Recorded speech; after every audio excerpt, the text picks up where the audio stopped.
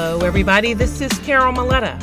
Welcome to the Parenting 411 podcast, where we share information parents need from sources they can trust.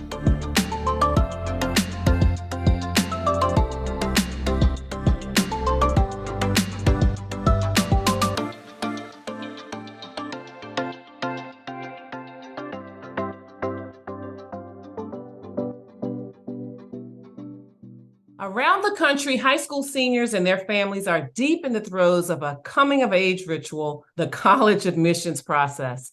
It's become a high-stakes endeavor that my guest today thinks has resulted in parents and students focusing on the wrong things for the wrong reasons when it comes to picking the right college. Whereas the college search could and should be a thoughtful process of matching the teens' interests and talents with a program that will best ignite and nurture them toward reaching their full potential in life, very often parents and teens fixate on other factors such as prestige, following the crowd, the weather, party potential, family tradition, which have little to do with providing the right fit for your child. So Beth Probst of At The Core helps students and their families navigate this critical transition, putting the focus back on the life the student ultimately wants to create beyond college in order to select the right college now. So welcome, Beth Probst. Thank you for having me, Carol. I've been looking forward to this conversation. Yes, same here, same here. So why don't you start off just telling us what's different about At The Core? It's a great first question, and it makes me think actually of all of the professionals across the country who do great work helping families through this process. And it can feel like a very weighty process. It's complex in some ways. There's a lot riding on it, and there's so many great professionals that are out there. One reason it's needed, I guess, just to point this out, most families are experiencing this on some level. There is a ratio, Carol, of 415 students on average to one school counselor across the U.S. It's worse in certain areas and it's better in certain areas. And that's a number reported by the a school counseling association themselves. It's a self-reported number. So what we're saying is that those students need help, but it's hard to get that kind of help from their counselor. So the need doesn't go away. And that's why I think you see a lot of folks out there guiding families with everything from financial planning to ACT, SAT tutoring and picking a college and all those elements that go along with it. What we do at The Core is really quite different. I'm still looking for peers across the country. There are some that do some things related to career, but nothing quite like we do. Our difference is that we focus on the student deeply, on the student, getting them to think about themselves and support them to consider their strengths, their interests, their values, their struggles, their life goals, lifestyle goals even. That's probably better than life goals. They don't have a good concept at 16, perhaps, of what those are. But once they've really taken stock of who they are, we guide them to consider the kinds of careers that can be a great fit for them. Opening their eyes and helping them explore, actually hands-on explore those careers that could be a great fit. And then finally, as the last step, once that student has a good sense of who they are and what makes them tick, what kinds of careers can be a great next step for them, then they can investigate the educational path that's right for those kinds of careers. Do I need a 4-year degree? Is it better to enter this field with a certificate or a different kind of credential that I can get in a different type of school? Or does what I want to do require a graduate degree? I mean, all of those, the education is typically tied to the kinds of work that we want to do. We just back it all the way up and start with the student and then help with careers, and then that family is set to think about education. So that's really what makes what we do a little bit different. And so how do you get at that? Like figuring out those things, like what are you really passionate about, and what do you really hope to do when when you're dealing with teens? It's a great question.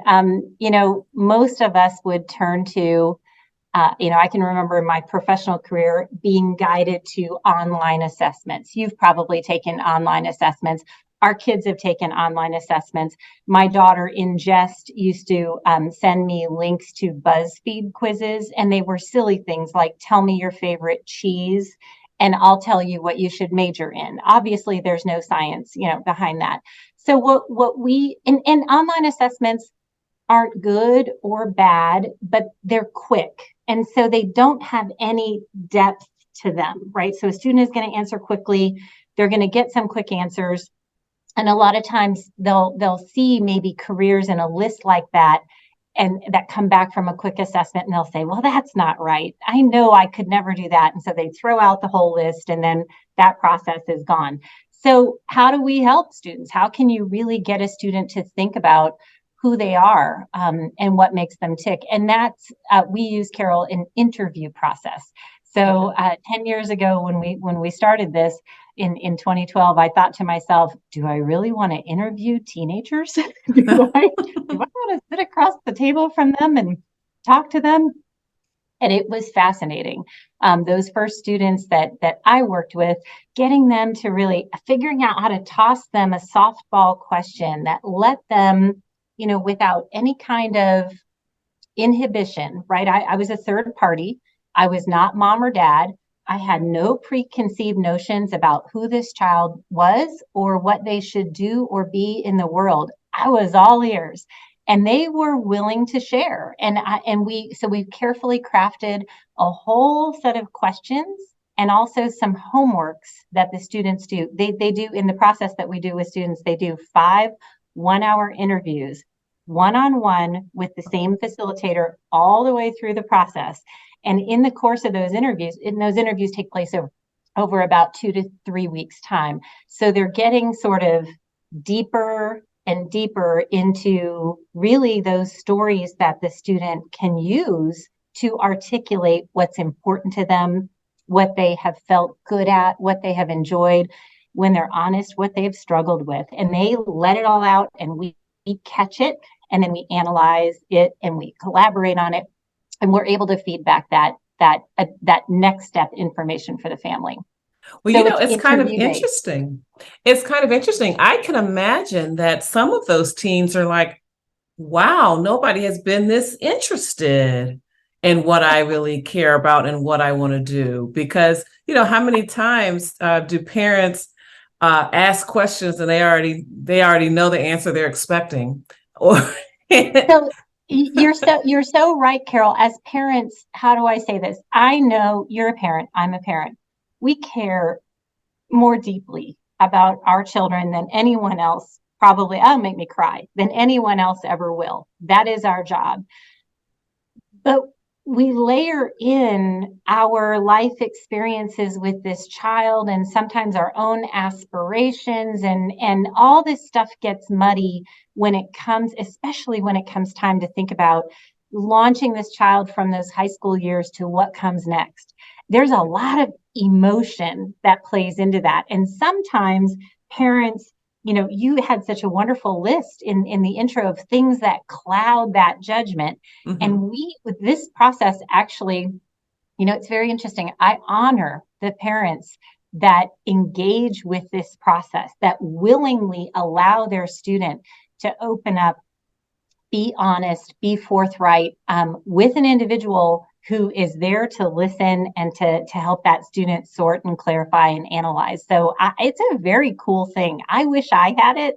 I mean, Carol, honestly, I followed a brother into the same major that he was in at the university where our parents met. Do you think there was a lot of thought process that went into that? No, but it was a really different time, right? College cost a lot less, and there were a lot less college students in the US at that time. So if you came out of college, I don't want to say you were guaranteed to get a job, that employers were much more flexible to train you if they needed to. It's just a really different world today. So Good it's point. a great privilege and an honor to get to do this with students. We love doing it. So what are some things you wish parents and teens really knew about what this process could be? That is another question that, for 10 years, we've been side by side with parents and families.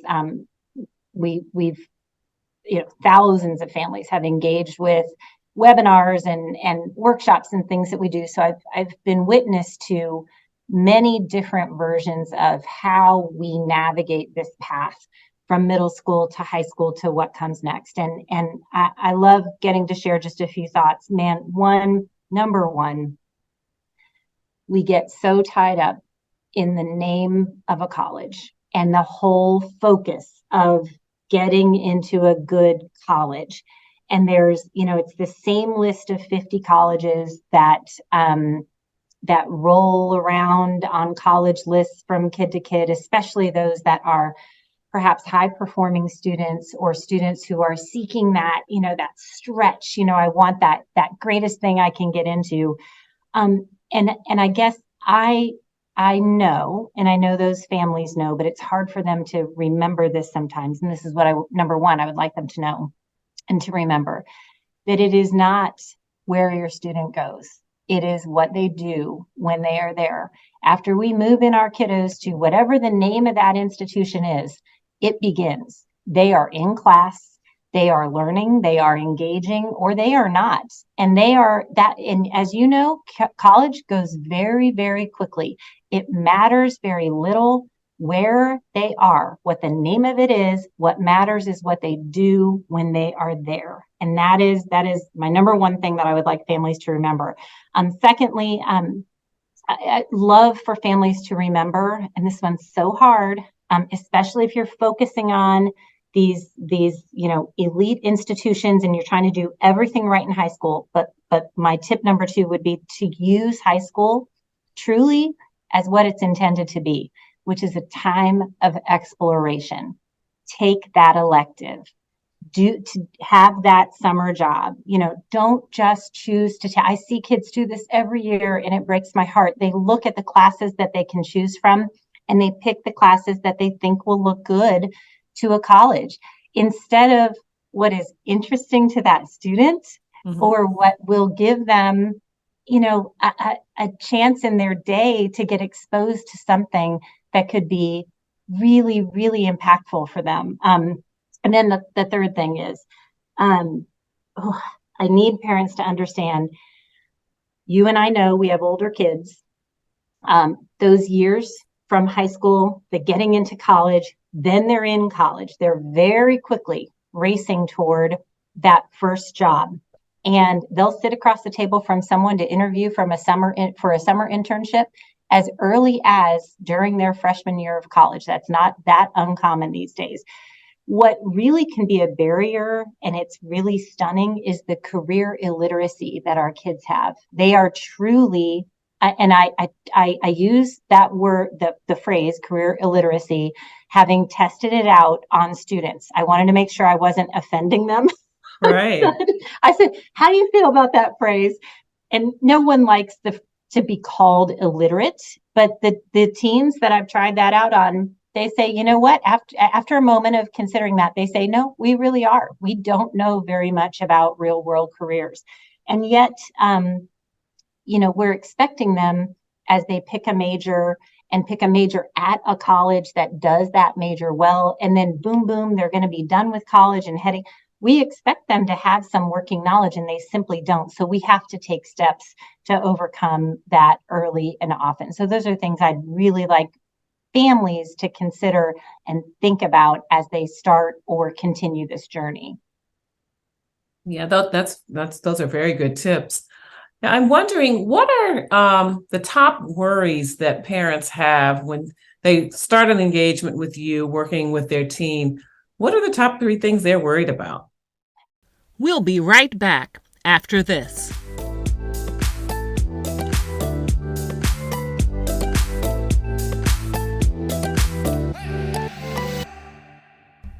You love your kids. You do your very best for them. But sometimes it feels like it's just not enough.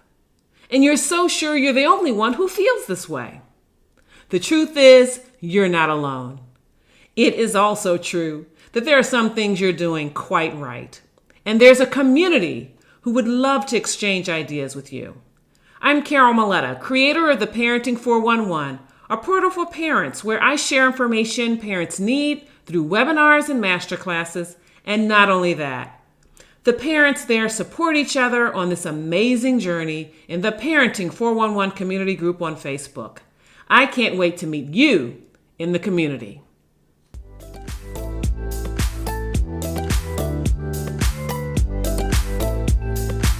And we're back with the Parenting 411. Well, besides paying for college and doing the right stuff to get in, I mean, those are kind of universal. Those are a lot of the worries are around those two. But aside from that, we hear a lot of parents will say they'll recognize that there's this missing piece or perhaps a gaping hole when it comes to why is that student going to college. So many parents will tell us, my child has no idea why they're going to college, but it's an expectation in our family that they will. And then they worry, how will they ever figure this out? Should we just cross our fingers and send them to college and hope that they figure it out? And I would suggest that's not a great strategy for several reasons. The second thing that I hear from parents is that it's not uncommon to have parents say to us that their student is maybe talented in lots of different ways. And so once again, though, that child does not know how to put their finger on, a major or a career field or area that will help them make some decisions around the college process. We hear those two a lot. And then again, just kind of back to the doing the right stuff to get in and paying for college.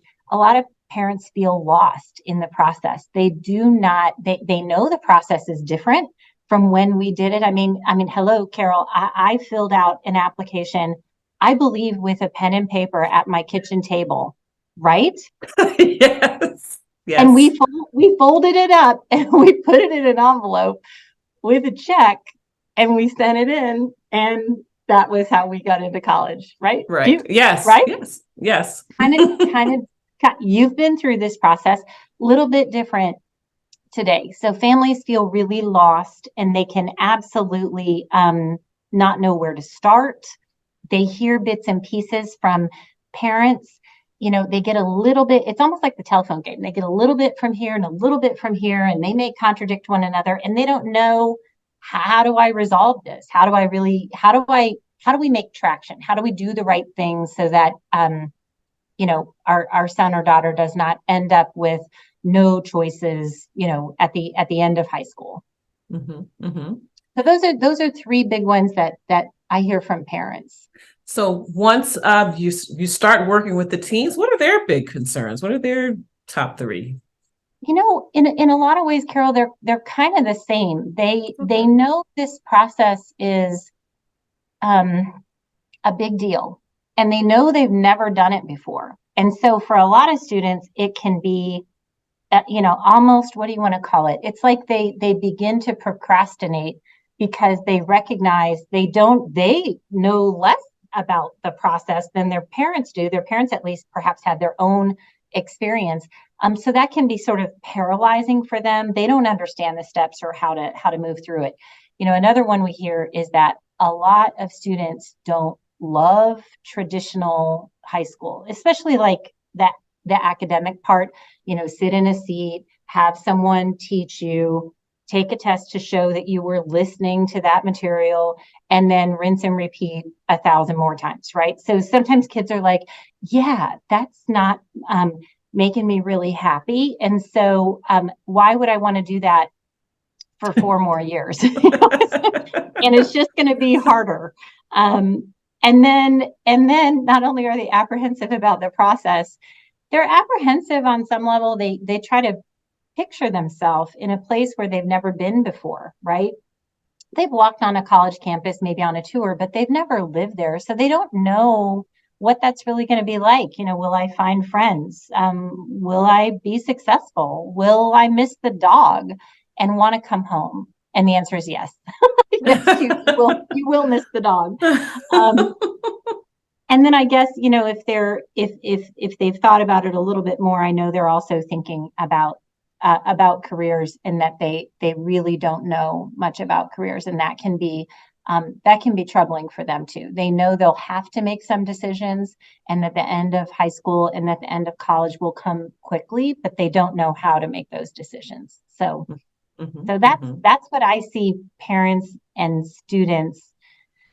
It makes me a little uncomfortable, like, to talk about these. Like, these are the things that wake a parent or a student up in the middle of the night. It's like, oh, how are we going to get through these? What can we do to fix these concerns or worries? Right. So, what are the main entry points when people start working with you? Because some people might think a little bit about this, and when their children are in 8th grade. And some might start as soon as high school starts, and then others might say, "Oh my gosh, they're in 11th grade. We need to get started."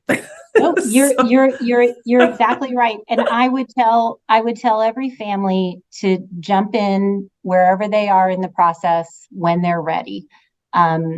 If you've got an 11th grader, we're in the thick of things now. I mean, that junior year is a big year when a lot of those mechanical steps sort of are really happening and getting ready to happen into that summer between junior and senior year and into the fall of senior year.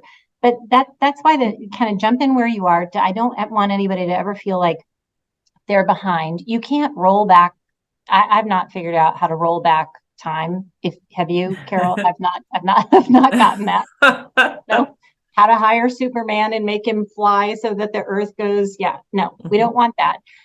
So I can't do that. All we can do is move forward, as we take the next steps each day. So I would tell you a lot of families will engage with us.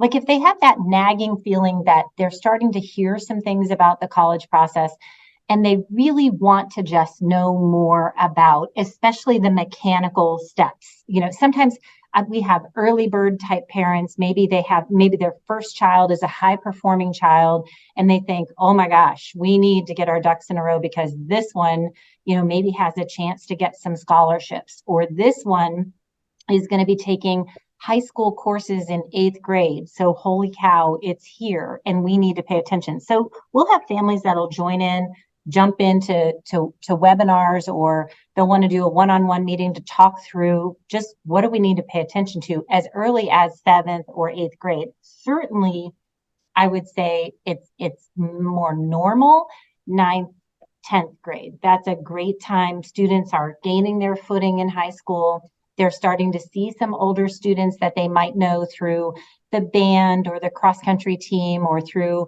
a club that they're in. They're watching these kids start to formulate some concept around college. And so they start to think about that too.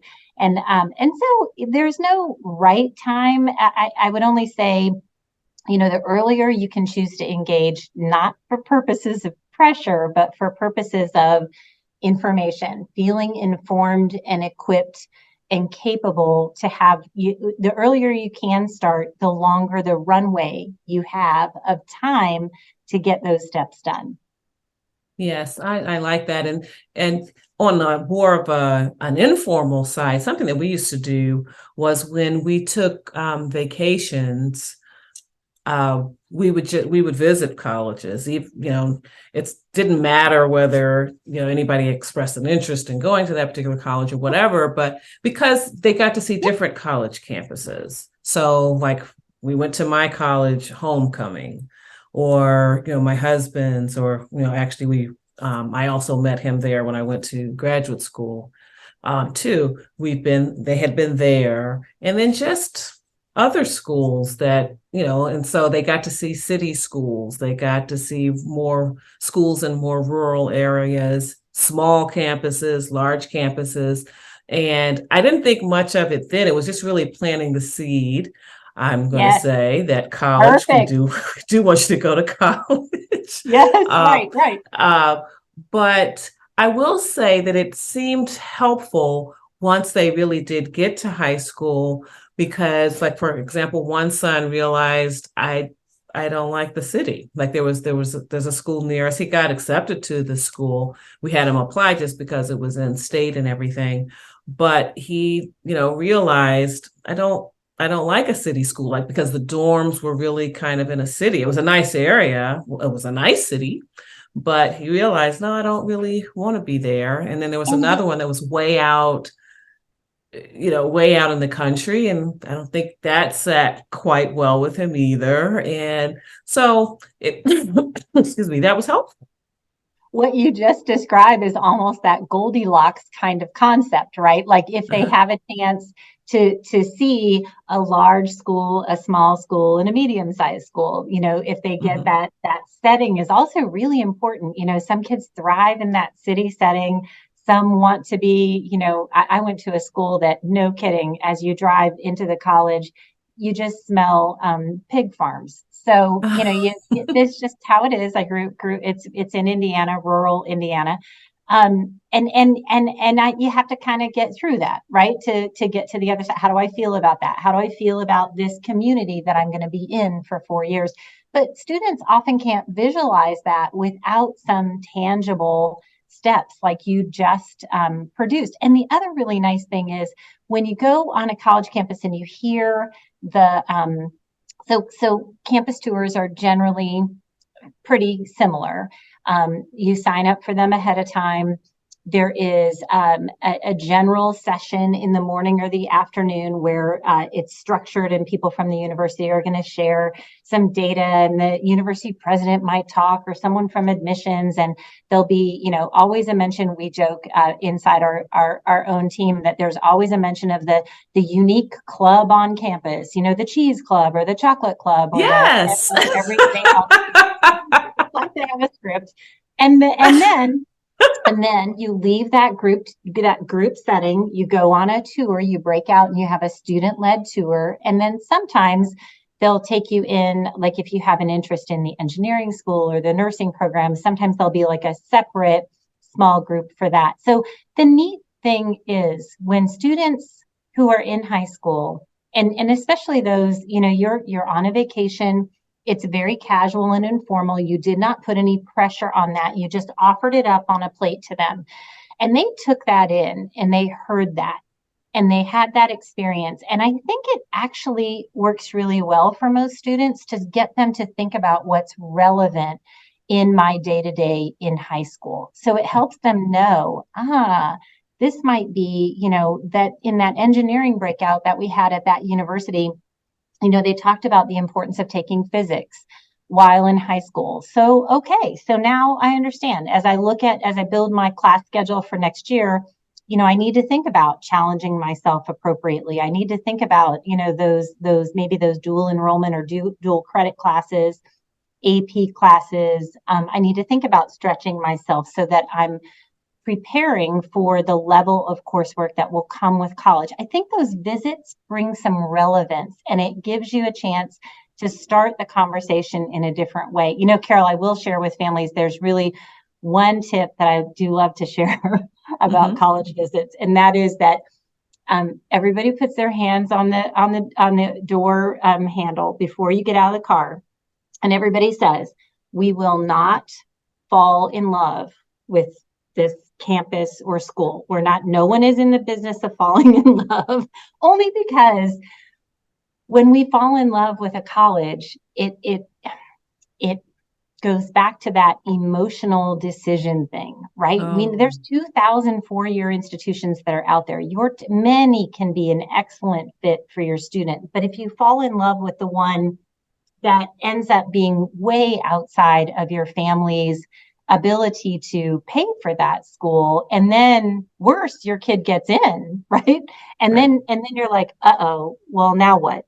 How do we have this conversation? So really, one of the other big things that I do want to stress is that families must have that money conversation with their kiddos as they're having a conversation about the future and what they want from that college. We have to talk about budget, and we have to do that honestly, realistically, not in a mean way, but this is what our family can do. And this is, I know you had two, you had at the same time. That's really hard. And we have two just at different times. And we generally want to do the same thing for one kid that we do for the other kid. And so, and college costs a lot. And so we just have to talk about that stuff with our kiddos so that there are realistic expectations that are set as we navigate this process. Yes, no, that is very, very important, I have to tell you. Now, when I think about the application process and all of that, and what's the parents' lane and what's the teens' lane in terms of making sure everything gets done? If I said the parents should do nothing, that would be just as ridiculous as if I said the parents should do everything. It's not either of those. It's somewhere in between, right? And I mentioned, Carol, this is a somewhat complex process. It's not hard. It just is. There's a lot of little pieces and parts and sort of moving targets. And it's like, and then to add in the confusion, I mean, not to add in too much confusion, but the whole COVID explosion led us to not be able to, like kids to not be able to take the ACT and SAT the same way that they used to, which now added this new wrinkle to the process for families to think about, which is called test optional. Does my student need to apply and not submit a test score, or should they submit it? So it's created even more confusion. So who does what? Who does what? I think that's going to be different for every single family. It's going to be different for every single family. And I think we have to think about, maybe we remember when they learned to drive, right? So they had to first learn like the rules of the road and the mechanical, right? There is a gas pedal, there is a brake pedal. You will turn the wheel and it will do this, the rules of the road. They start to learn those. So in that same way, I would suggest families perhaps together need to learn the rules of the road. How does this process even work? It's not difficult. You can learn it in a short webinar that I do. I will teach that to you. No issue. Lots of people can teach that to you. I think then that the next step is, though, that once they're educated, we need to support them through the process, just like we do with driving. They don't go out on the road as soon as they learn the rules of the road. They have to have all those hours of learning to drive with us sitting next to them. I think we do the same thing. They are learning to research colleges and we are sitting next to them. They are researching about the importance, how does this ACT, SAT thing work? They are in the driver's seat and we are supporting them. It's not hard. It is not hard. It just is. It's a process that somebody somewhere in a family, and sometimes there's a divide and conquer version of this that families do.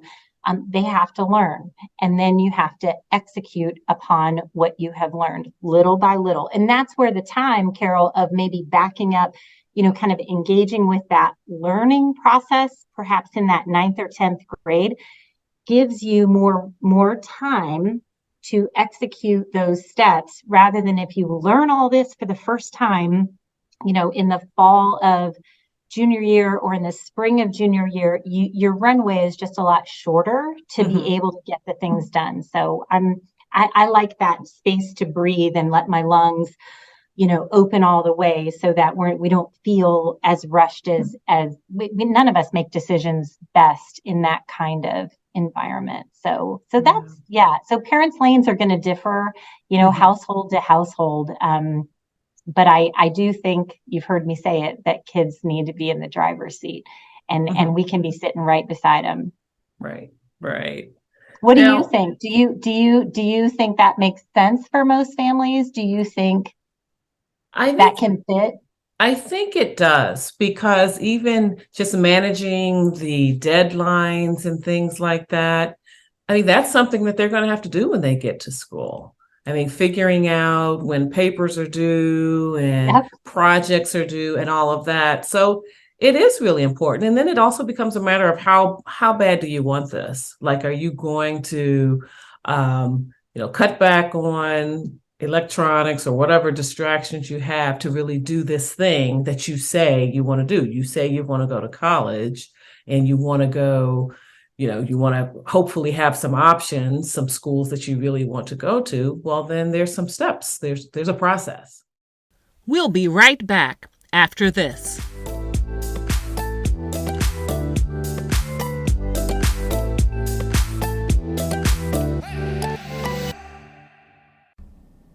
As the saying goes, mother's work is never done, except when it really is. I'm talking about my new book, Mother's Work, Pearls of Wisdom and Gems from My Journey. I share my transformation from an outmanned, overwhelmed mom of twin boys to a parenting strategist and consultant, and being honored as DC Mother of the Year by American Mothers Incorporated. In Mother's Work, I tell you about the 7 guideposts that kept me anchored as I weathered the peaks and valleys of motherhood. Grab your copy at carolmaletta.com/motherswork.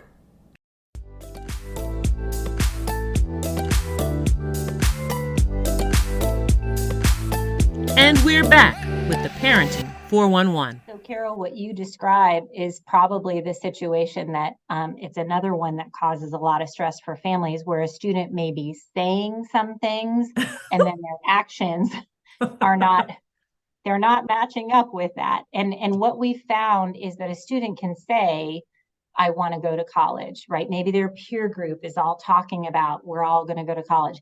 But again, these are 15, 16, 17-year-old kids who, as I said, have generally no working knowledge of what steps they need to take. And then we get frustrated because we think they're saying they want to go, but they're not doing the steps that they need to do. And that's where I think I would stop and say, everyone needs to become informed evenly about what the steps are. So we can't, if that kiddo doesn't even know what the steps are, then how can we fault them for not doing them? They may not even know what they are. So let's all start with information. You can get it from a book, you can get it from lots of different resources, but just understanding what the heck you have to do to be able to prepare to apply to college, and then wait for it, go to college and be successful in that transition. So I hear that a lot from families, and I know that's a struggle. So this whole thing, the dirtying the nest phrase, the whole thing that happens at the end of high school as our kiddos get bigger and they push us away, and or cutting ties. So we also, in parenting, we talk about that too. Yeah. They're preparing for that, right? They're pushing us away, and they're doing it. It's so hard, Carol, because they do it at a time when we know they desperately need our help. They just won't. Yeah. And it's like, oh gosh, how do we manage through that? So honestly, that there are a lot of college counselors out there who serve as that third party voice, who can come in and kind of be that go between and help to reduce some of the stress and tension inside of a home. So that's a good thing. And just families get, they're out there. There's plenty of them out there. Even accessing your own school counselor as a starting place would be recommended. Definitely a good idea. And you brought up stress. And so I wanted to ask you, how has mental health figured in, particularly, pre-pandemic and then after the pandemic? What was that like? How did that affect the college selection and the search and selection process? It in more ways than I could. How much longer do we have, Carol? No, I'm happy to. I'll summarize. But it, as I mentioned a minute ago, it definitely impacted the test taking part of the process, right? Okay. So suddenly students couldn't take the tests anymore, the ACT and SAT. And then colleges are like, ruh-roh, we need these students to apply, and they've not been able to take the test. So what do we as colleges do? So they turned on a policy called test optional. that lots of colleges had before the pandemic, but now lots had it that never had it before. And it caused confusion. And it was like, if I can get a test score and send it in, is that better than that? So lots of confusion. It also impacted, I'm sorry, we're not talking about impact of the COVID itself. We're talking about mental health, right? Well, I mean, yes. I mean, and what made me ask about Sorry, it is, I got off on a tangent there. well, no, that's fine. But no, I was asking, yeah, definitely about how mental health has figured into the process. And have you, considering pre-pandemic and in post-pandemic, has it become more of an issue than you'd seen before and that kind of thing? 100% more of an issue. Absolutely. And there's good news and sad news around that. If you think back, so COVID hit hard in the spring of 2020. So those kids, high school class of 2020, entered college very strangely, right? Tons of restrictions, most classes online. It was just not college as they had expected, right? So that's a shock to the system right there, that it wasn't like that. Many were not academically connected and nobody was prepared to deliver those courses well online, and students weren't prepared to take them well online. So that led to a lot of, gosh, I'm not enjoying this because we're not interacting in a class. I'm not performing very well. That causes stress and anxiety. And that was certainly true for the students that entered college in the fall of 2020 and 2021. There were a lot of students who turned back around and came home, and then there's more stress and anxiety over, what do I do now? Colleges are kind of coming back to normal. I'd say in general, if you walk on a college campus, it feels a lot more normal today at this time. This is, fall/winter of 2022. And I think the other good news, Carol, is that colleges always were supporting students with supporting good mental health. They always were. And then the increased need made it where it was almost, I don't even know if this is a word, but it was unseeable. It was unavoidable. It was just there on the college campus. And colleges had to respond. They had to, because they have all these students that are in need of support. They wanted them to remain on campus if possible. So they had to develop often larger staffs, new ways of supporting students with mental health, what kinds of mental health struggles they were having. So I think that is the good news, is that for somebody with a kiddo in high school right now who's approaching college, you're going to see a very different landscape today to support mental health than you did 4 years ago. So that's a good thing. True. And I hope they're better at it than they were perhaps 4 years ago. In that same light, if you have a high school student who has experienced stress, anxiety, other mental health related concerns during high school, you're going to want to focus on every college visit and understand exactly what that college is and is not doing to support their students' mental health, their academic success, their career exploration. You have to ask those questions. And then you'll hear the university's response.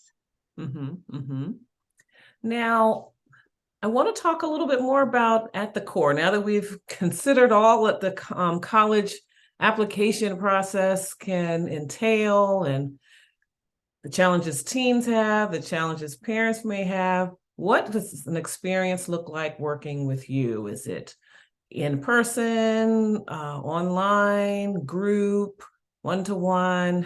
What does it look like? Yes. Yeah. Sorry. All of that can be any or all of those. It's interesting. I'll go back to kind of that main philosophy that we have to support students, and that is to start first with the student. Who are they? We would call that phase self-assessment, and it's something that as adults, we learn to pay attention to those things better. Our kids, they're their heads are down in the world of high school, and they're not necessarily thinking about those traits and those characteristics and how they can really play a role in the future. But to us, we know how important that is to be number one. So self-assessment. Career exploration is the second thing that we help families with. And those two are really kind of tied hand in hand. And then the third area of focus for us is educational path planning. So if I know these things about myself, I've started to explore these types of careers, and I'm honing in on careers that look like this. What kinds of education do I need to be able to do those kinds of careers? So everything we do fits into 1, 2, or 3 parts of what I've just described. So we do everything from, we produce, I really need to count how many weeks we've done it. It's been probably 9-ish years now. Every single Sunday morning, we send out a new high school, college, and career planning newsletter. It's filled with information, and I always tell, it's free. And I always tell families, if you did nothing else but just read that newsletter every Sunday morning, followed some of the links, you would feel so far ahead and so informed and so much more ready for what is ahead. Sorry.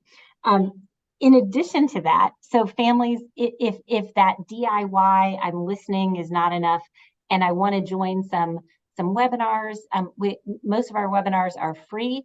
Some of them are these deeper dive ones that have a family ticket of $29. We try to make things very reasonable and very accessible for families. And we teach about all of those things related to, again, self-assessment, career exploration, and lots of stuff on educational path planning.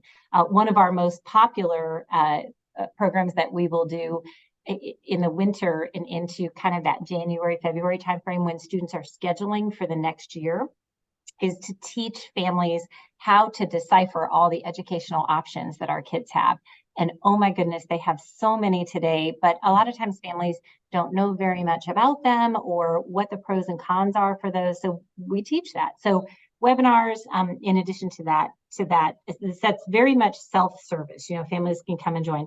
Sometimes families will say, okay, we need to sit down and have a one-on-one. We've got some specific things about our kiddo that we want to get out on the table with a trusted advisor, with a listening partner, with someone and a thinking partner, someone who will help us for our situation, help lay out like the timing, like when does somebody do the ACT or SAT?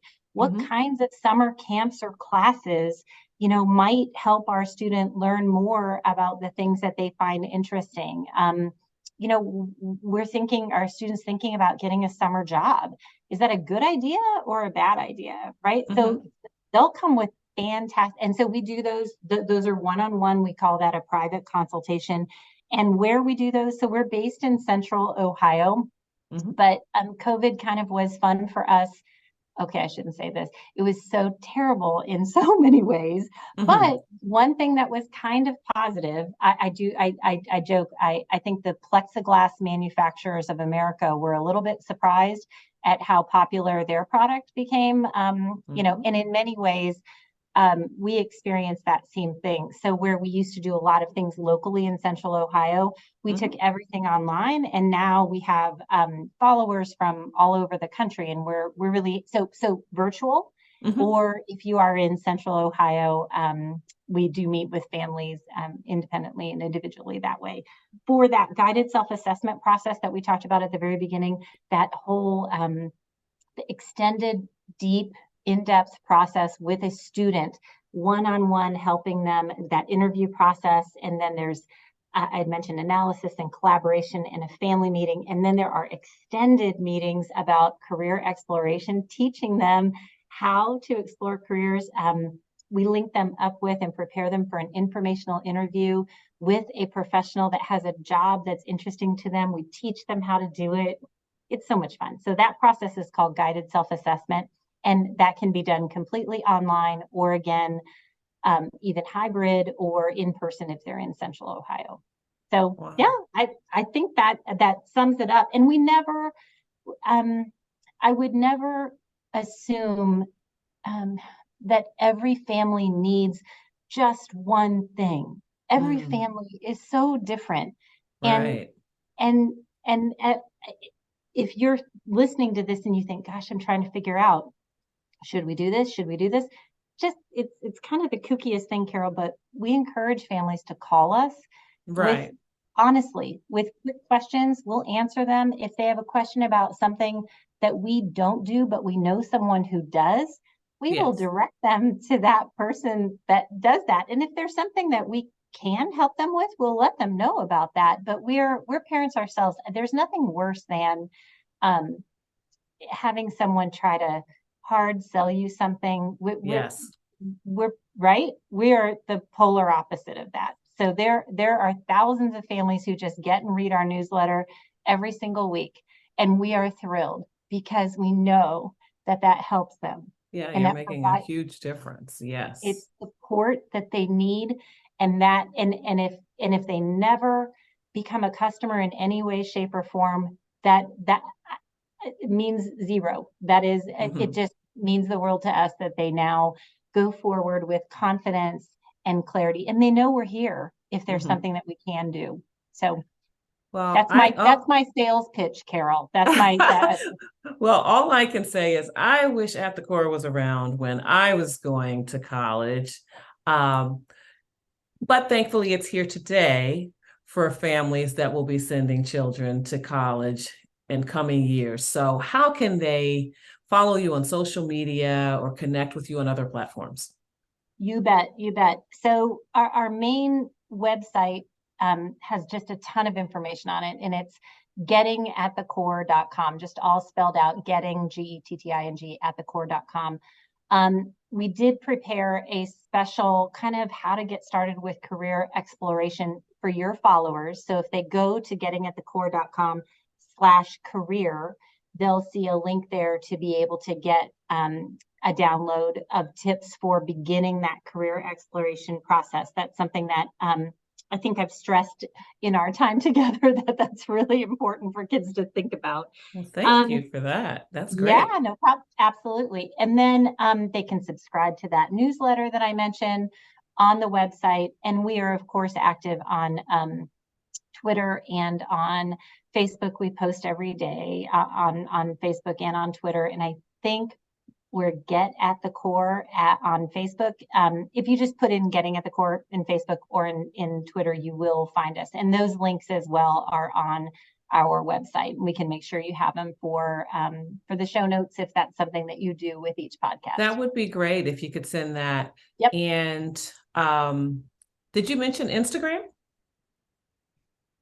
We've done Instagram, and I think that we've put a pause on Instagram. There's Okay. chat about doing TikTok, and I'm like, Oh. have you done TikTok, Carol? Yes, I'm pretty. I'm Have starting you? to get more active. I've had the account sitting there for months, but I'm just now starting to It's a put lot of content effort. put Yeah, content on there. So we'll good. see. We'll see Good how it job. goes. But I think it probably would be a good idea. Both of those, Instagram and TikTok, would be good for your audience, I believe. Thank you. It's only a little more work for us to do. I appreciate that. I'm teasing. It's all Well, good. I It's all tell you, some of your teen clients might be willing to help you to, out to with that. yep, post and you're exactly right. I bet they could. They'd probably say, "Well, why aren't you doing this?" Yeah, I'll look into that.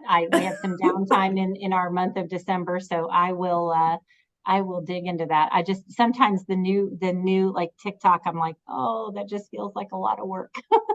I definitely hear you, but thank you so much. You just provided so much information that I think people really can get started with if they haven't really gotten started. I think they can, and I know that many of them are going to take advantage of your newsletter, and I hope that frankly they connect with you, especially now that they don't have to be in Central Ohio to work with you. They can work with you online. So Absolutely.